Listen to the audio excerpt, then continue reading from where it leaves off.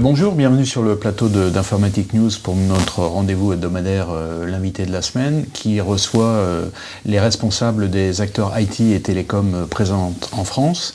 Et cette semaine, nous avons le plaisir de recevoir Sarah Hachi-Duchesne, qui est directrice générale pour la société Colt Technology Services France. Sarah Hachi-Duchesne, bonjour. Bonjour. Alors, vous savez, on commence toujours cet entretien par une actualité, la vôtre, dans un contexte, je dirais, un peu mouvementé en ce moment, ces derniers jours. Donc ça peut être un événement particulier, une tendance qui a retenu votre attention. Quel serait-il ?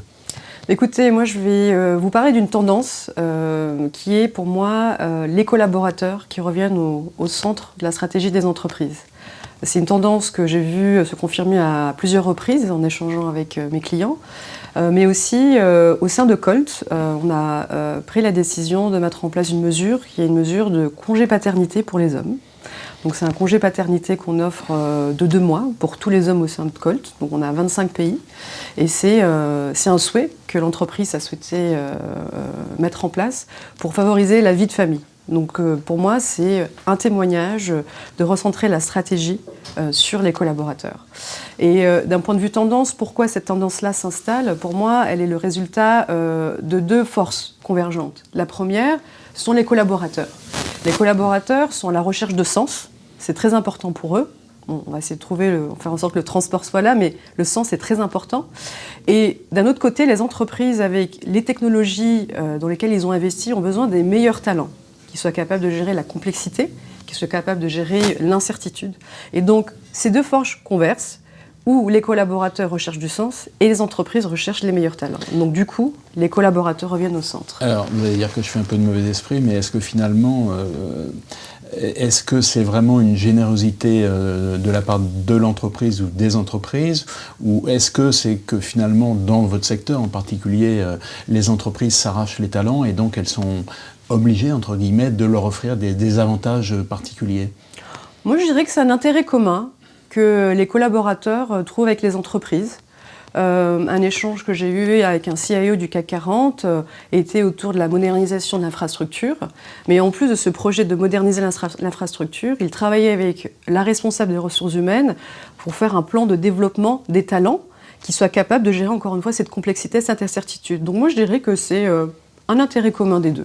Et est-ce que les jeunes parents tirent avantage de cette nouvelle mesure ? En tout cas, les futurs papas chez Colt, c'est sûr. Mais je pense, de manière générale, à terme, oui. Je pense que ça permet encore une fois de réaliser qu'il y a des aspirations, qu'on souhaite avoir du sens. Et pour cela, que les entreprises doivent être à l'écoute et mettre en place des mesures pour pouvoir être là, pour suivre la vie professionnelle de leurs collaborateurs. Très bien. Alors, on va toujours parler de Colt, puisqu'on est là pour ça. Alors, je rappellerai quelques éléments pour nos lecteurs qui ne vous connaîtraient pas. Colt, ça a été créé en 92. Le nom, d'ailleurs, tout le monde ne le connaît pas, c'est City of London Télécommunications. Donc, on comprend bien au départ quel était l'objectif de l'entreprise. Et puis, pour devenir aujourd'hui Colt Technology Services, donc c'est une entreprise qui est centrée principalement sur l'Europe, mais avec des extensions en Amérique du Nord et puis en Asie-Pacifique. 200 000 km de fibre optique, la possibilité de connecter 900 data centers. Donc je dirais que ça, c'est le cadre un peu général de Colt. Mais est-ce que sur ce marché des télécommunications, qui est assez vaste, est-ce que vous pourriez repréciser votre positionnement à vous ? Écoutez, je vous remercie de me donner cette opportunité-là. Donc, Colt, moi, je le résumerai à travers 3 points. Donc, le premier, nous sommes fournisseurs d'infrastructures critiques sur un spectre pan-européen, essentiellement. Point numéro 2, nous sommes centrés sur la satisfaction client. La satisfaction client de Colt, qui est ce qu'on appelle le Net Promoter Score, est de 52% par rapport à une moyenne de l'industrie à 4%. Donc, très très haute. Et le point numéro 3 de Colt est l'innovation. Nous sommes pionniers dans l'innovation. Donc, l'infrastructure dans laquelle nous investissons nous permet d'innover, et je souhaiterais pouvoir couvrir ce point-là un peu plus tard, pourquoi on innove et pourquoi on est pionnier. Donc si vous nous demandez de positionner Colt, on va être sur une stratégie très concentrée, infrastructure critique, trafic data center, trafic au cloud, backbone, trafic vraiment critique au niveau de l'entreprise. Sur un périmètre pan-européen, très belle extension en Asie, Japon, Asie du Sud-Est, Australie ouvert l'année dernière, transit aux États-Unis, ouvert il y a 2 ans, dans lequel on a investi il y a 2 ans. Donc périmètre pan-européen, délimité, et aussi on va rentrer aussi au niveau des couches, c'est-à-dire on a un réseau uniforme avec une ingénierie uniforme, en anglais on va appeler ça One Fabric, qui nous permet de contrôler la latence à travers tout le réseau et de pouvoir monitorer de bout en bout. Et à partir de ce réseau-là, on va monter dans les couches pour faire de l'innovation, parce que vu qu'on a une plateforme unique, nous allons avoir une couche de software qui nous permet de faire du software defined, du SD-WAN, du on-demand. Donc on va être centré géographiquement, on va se concentrer sur ce qu'on sait faire, on va descendre dans les couches et monter dans les couches pour faire de l'innovation pour une satisfaction client. Alors, vous avez mentionné le cloud, évidemment, c'est une tendance qui n'est pas nouvelle, mais qui s'accentue et qui devient aujourd'hui absolument essentielle pour les entreprises, donc pour vos clients. Donc, je vais vous demander de nous parler un peu de votre stratégie cloud à vous, au travers, mais peut-être au-delà aussi, de 2 accords que vous avez signés, donc l'un avec Microsoft. Donc, en gros, l'idée, c'est d'amener les clients pour mettre en place l'infrastructure critique pour des applications du type Office 365 ou Teams. Et puis le deuxième, c'est avec SAP.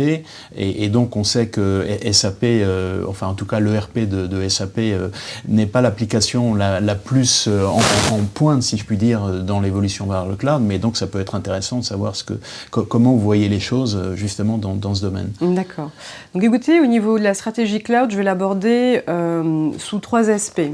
Le premier, tout d'abord, on est cloud agnostique. Donc on va se connecter sur tous les clouds les plus utilisés. Vous avez nommé Microsoft, Google, Amazon, Alibaba. On commence à aller aussi sur des clouds régionaux, là où nos entreprises françaises vont. On en parle de plus en plus, il est dans le top 4 maintenant. Tout à fait. Donc on est connecté sur des data centers Alibaba. Donc premièrement, nous sommes cloud agnostique, qui nous permet de connecter sur le plus de data centers dans le monde. Près de 900 data centers, qui est, on va dire, un nombre de data centers assez élevé pour un provider télécom. Le point numéro 2, notre connectivité cloud est basée sur cette innovation qui est ces fameuses APIs. Donc avec nos APIs, vu qu'on est cloud agnostique, on va se connecter, on va travailler sur des partenariats privilégiés tels que Microsoft, mais on les a aussi pour chacun des providers cloud pour pouvoir avoir un accès sécurisé et avoir la meilleure latence. Donc c'est avec nos APIs qu'on peut aussi se connecter sur tous ces clouds. Est-ce que par exemple en France, vous êtes connecté au cloud d'Orange ? Alors le cloud d'Orange, non. Ça n'a pas été une demande de nos clients. Ah, okay. Voilà. Mais nous sommes à l'écoute de nos clients. On est en train d'évaluer d'autres clouds qui ne sont pas des clouds américains, sans les nommer. Nous sommes en train d'évaluer, de voir s'il y a d'autres clouds sur lesquels on doit se connecter. Est-ce que c'est une demande forte ou est-ce que c'est une demande niche? Donc, voilà. Par exemple, ça serait un cas particulier. Ça pourrait être un cas, c'est un cas que nous sommes en train d'évaluer, en effet, pour voir est-ce qu'il est opportun de se connecter ou non. Mais pour l'instant, on se concentre sur les clouds les plus utilisés, les plus demandés. Donc on est vraiment à l'écoute de nos clients et du marché français. Le troisième axe dont je souhaiterais parler, au-delà d'être cloud agnostique et s'appuyer sur nos APIs, notre innovation, est le fait que nous sommes sur une stratégie de first mover. Donc l'accord SAP, nous sommes le premier à le faire. Pourquoi ? Parce que SAP va être migré, commence à être migré dans le cloud, comme bon. On peut penser ce qu'on veut d'SAP, mais c'est un système qui est important, c'est l'épine dorsale d'une entreprise. Et le migrer dans le cloud doit imaginer la disruption que cela peut créer au sein de l'entreprise. Donc nous avons mis en place un partenariat avec Microsoft et SAP. Nous sommes les premiers à avoir ce type de partenariat qui va nous permettre de travailler avec nos clients aussi bien au niveau infrastructure, mais aussi au niveau data center. Donc maintenant, on travaille dans un écosystème. Donc on va travailler avec un SAP, un Microsoft Azure, parce que SAP a choisi le cloud Azure, donc on va suivre le choix de SAP. Mais aussi, on va travailler sur des partenaires de connexion de fois au niveau data center, et on va travailler en écosystème pour préparer. Donc grâce à ces migrations cloud, la connectivité n'arrive plus à la fin, mais elle arrive en amont, et elle est très critique. Donc ça, c'est très très intéressant au niveau cloud. Et donc cela nous permet de travailler avec nos clients. Et donc c'est quelque chose qui est très récent, ou que vous avez déjà des cas d'application que vous pourriez citer. Est-ce que c'est l'affaire de combien de temps ? Je veux dire, la migration d'un ERP SAP d'une entreprise du CAC 40, ça représente quoi ? C'est un effort de 2 ans c'est un long effort, on peut aller jusqu'à 2 ans, en effet. Donc c'est un long effort qu'il faut préparer en amont. en mettant différentes fonctions au sein de l'entreprise qui des fois ne se parlent pas toujours, l'infrastructure, avec les data centers, avec les métiers. C'est quand même pas une mince affaire hein, de transférer un ERP. Et donc, nous, on souhaite se positionner en tant que, comme on dit, first mover, aussi bien qu'SAP. Nous sommes en train aussi d'évaluer d'autres partenariats, notamment avec Oracle, parce que ce sont quand même des migrations stratégiques importantes où la connectivité est critique et doit être évaluée et traitée en amont. Alors on va parler un petit peu de vos clients. Vous faites état de 25 000 clients à peu près dans le monde. C'est plutôt des grandes et moyennes entreprises, on va dire, enfin des grosses ETI. Est-ce que vous pourriez citer quelques exemples d'entreprises françaises qui sont clientes de Colt, mais surtout pour des cas d'usage qui seraient très spécifiques, enfin qui sortiraient un peu de l'ordinaire, si je puis dire, donc à la fois français et européens? Très bien. Écoutez, les clients dont je souhaiterais parler, qui pour moi illustreraient bien on va dire la spécificité de Colt et aussi son innovation, seraient deux clients, un français et un allemand. Donc le client français avec qui nous travaillons depuis, qui est déjà un client historique, est JC2Co. Donc le partenariat a commencé déjà depuis une décennie où on fournissait donc, des services d'infrastructures critiques pour leur application d'entreprise. Et à partir de là, un partenariat s'est créé pour équiper notamment les Champs-Élysées avec le Wi-Fi. Donc là, on est vraiment sur un partenariat, on a déployé ensemble de l'infrastructure. Colt a sorti la fibre sur les Champs-Élysées, JC2Co a posé ses bornes et ça nous a permis d'équiper les Champs-Élysées du Wi-Fi, qui était une très belle opération d'image de marque, aussi bien pour Colt que pour JC2Co. Donc voilà le type aussi de partenariat. Alors, par exemple, JC2Co est une société française, mais qui est présente à l'international. Donc est-ce que vous-même, vous accompagnez JC2Co à l'international? Tout à fait, tout à fait. Donc JC2Co a un très bel exemple où on part d'une solution technique standard, où on part sur un partenariat d'image et de branding, et où on va suivre l'expansion de ce client à l'international. Donc on a signé il n'y a pas longtemps un partenariat, un contrat pour équiper toutes les bornes de bus dans la ville de Singapour, qui permet de donner de la connectivité pour les personnes qui utilisent les transports en commun à Singapour. Donc vous devriez faire ça à Paris alors. Écoutez, nous y travaillons. Mais on a équipé il n'y a pas longtemps, on a sorti de la fibre, on a eu un très très beau projet de déploiement de fibre il n'y a pas longtemps à Place Saint-Augustin, donc on se prépare pour les JO notamment. On a sorti de la fibre par avance. Vous avez un peu de temps. Voilà, mais on aime bien être en avance, comme je vous l'ai déjà dit. Donc voici ce qui a été de l'exemple de JC2Co. Le deuxième exemple dont je souhaiterais parler est un client allemand, qui est la Berlinale, qui est le festival allemand de films qui a lieu au mois de février chaque année. Et donc ce cas d'école est très intéressant car il illustre la solution que l'on appelle On Demand, qui est une solution qui permet de fournir des services de connectivité à la demande. À un moment donné. À un moment donné.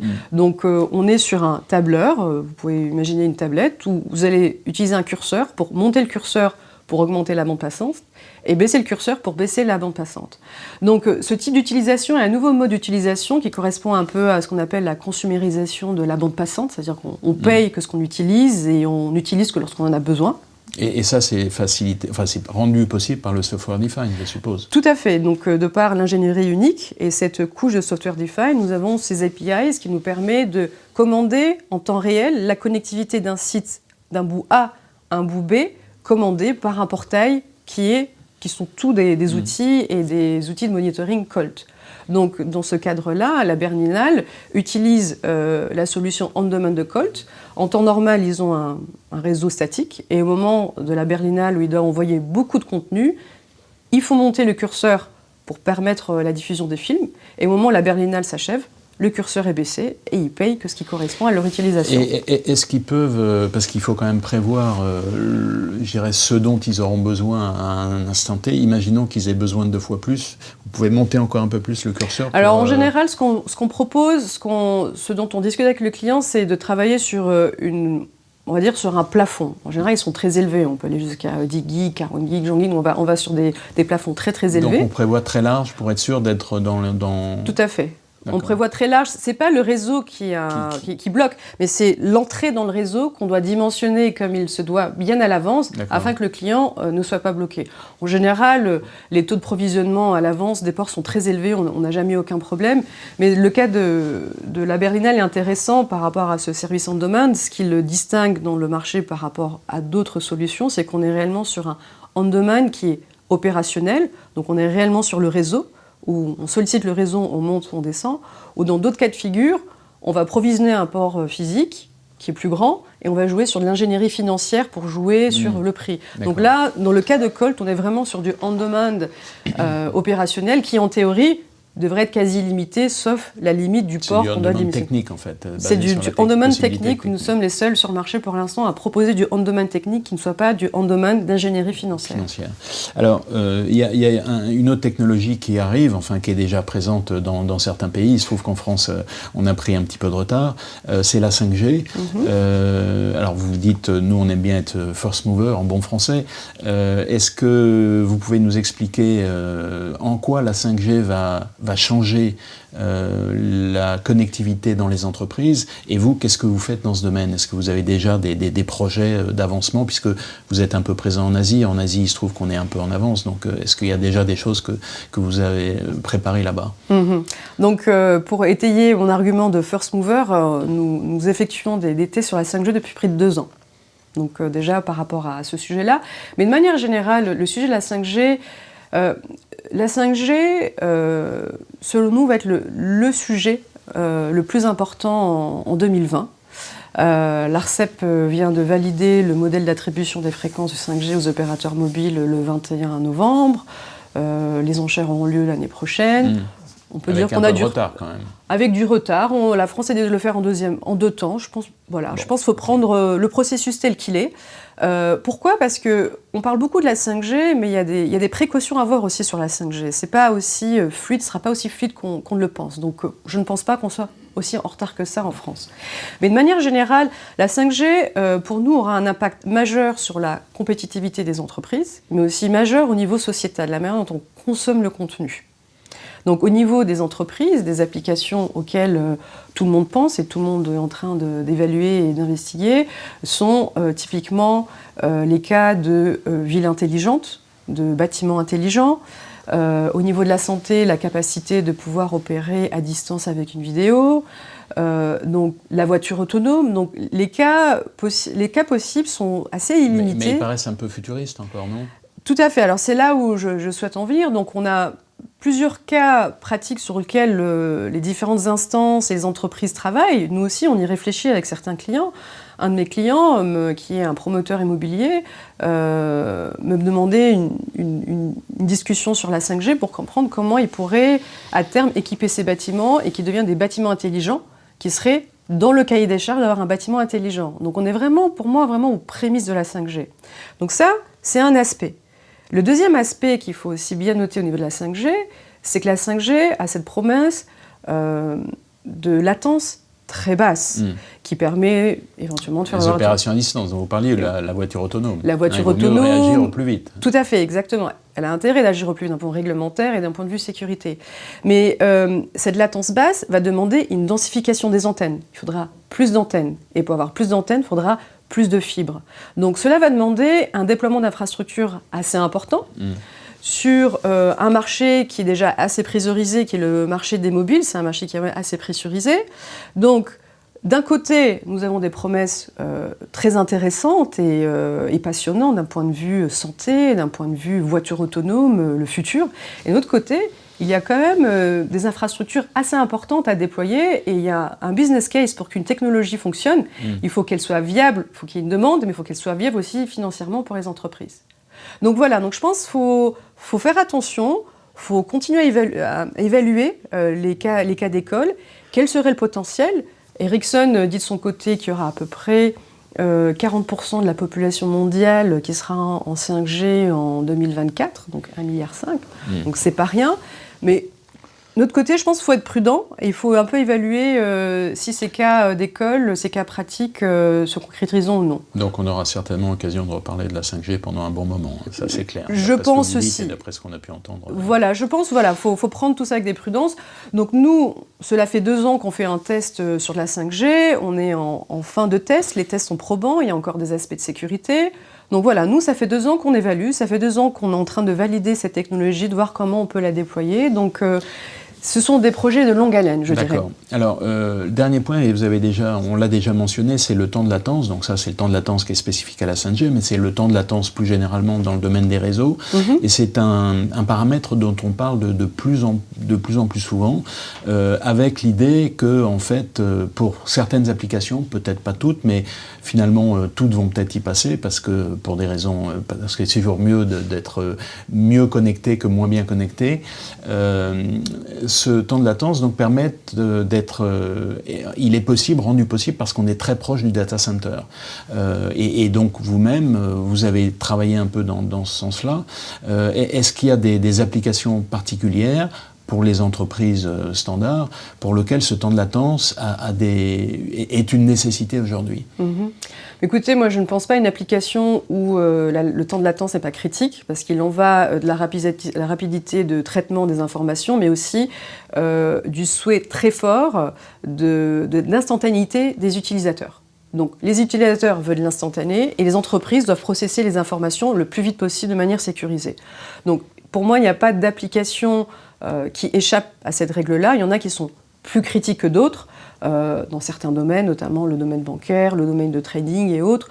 Mais au-delà des secteurs particuliers, toutes nos entreprises ont des applications critiques qui demandent un temps de latence très, très faible, d'où le potentiel que Colt a sur le marché. Donc en gros, c'est une tendance générale qui va s'appliquer partout. Qui va s'appliquer partout et qui pour nous, va continuer à s'accentuer de par toutes les applications qu'on va passer dans le cloud. Où à terme, les applications vont continuer à aller dans le cloud. Pourquoi ? Parce que le cloud permet d'anticiper sur les besoins métiers, le cloud permet de moderniser, le cloud permet de capturer des opportunités business qu'on ne pouvait pas capturer. Donc ce temps de latence-là est critique, il sera de plus en plus critique, et la 5G est une promesse de temps de latence amélioré.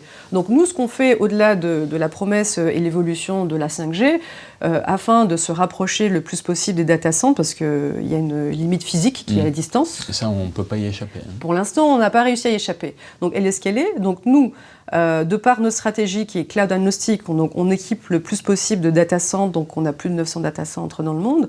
Mais aussi, ce qu'on a fait aussi, et ce qui est aussi une spécificité de Colt, c'est qu'on équipe des bâtiments d'affaires avec notre propre fibre. Donc on appelle ça, dans notre jargon, on-net. On met les bâtiments on-net. Et donc dans le monde, on a à peu près 28 000 bâtiments on-net. Donc on peut se demander à quoi correspondent ces 28 000 bâtiments. Ce sont vraiment tous les centres d'affaires sur notre plaque pan-européenne. Pensez à la Défense, pensez au Triangle d'Or à Paris, pensez au quartier d'affaires à Lyon, de même à Marseille. Donc tout ce qui est bâtiments d'affaires sont des bâtiments qui vont être connectés avec notre réseau on-net, notre propre fibre, qui ira sur le data center le plus proche. Parce que le fait aussi d'utiliser notre propre fibre plutôt que de passer par un tiers nous permet d'améliorer cette latence-là, de la contrôler, de la monitorer proactivement.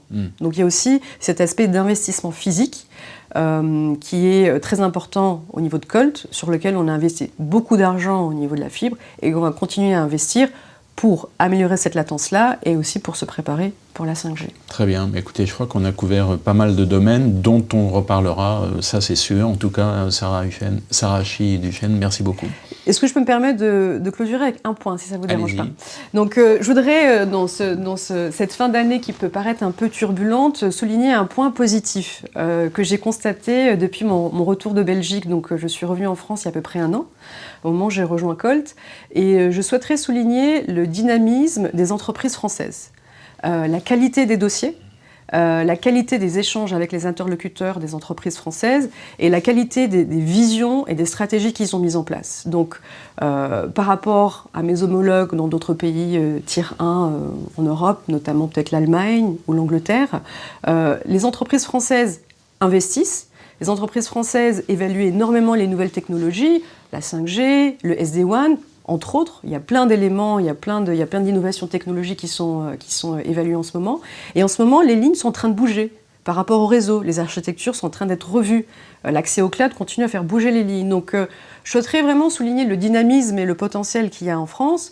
Et pour étayer le sentiment que j'ai depuis mon arrivée en France, on a un peu regardé les chiffres de l'ARCEP en termes d'investissement fibre. Et en 2017, l'investissement télécommunications hors fréquence, c'était de l'ordre de 9,8 milliards. Et en 2018, il a augmenté de 200 millions, dont 400 millions que pour la fibre.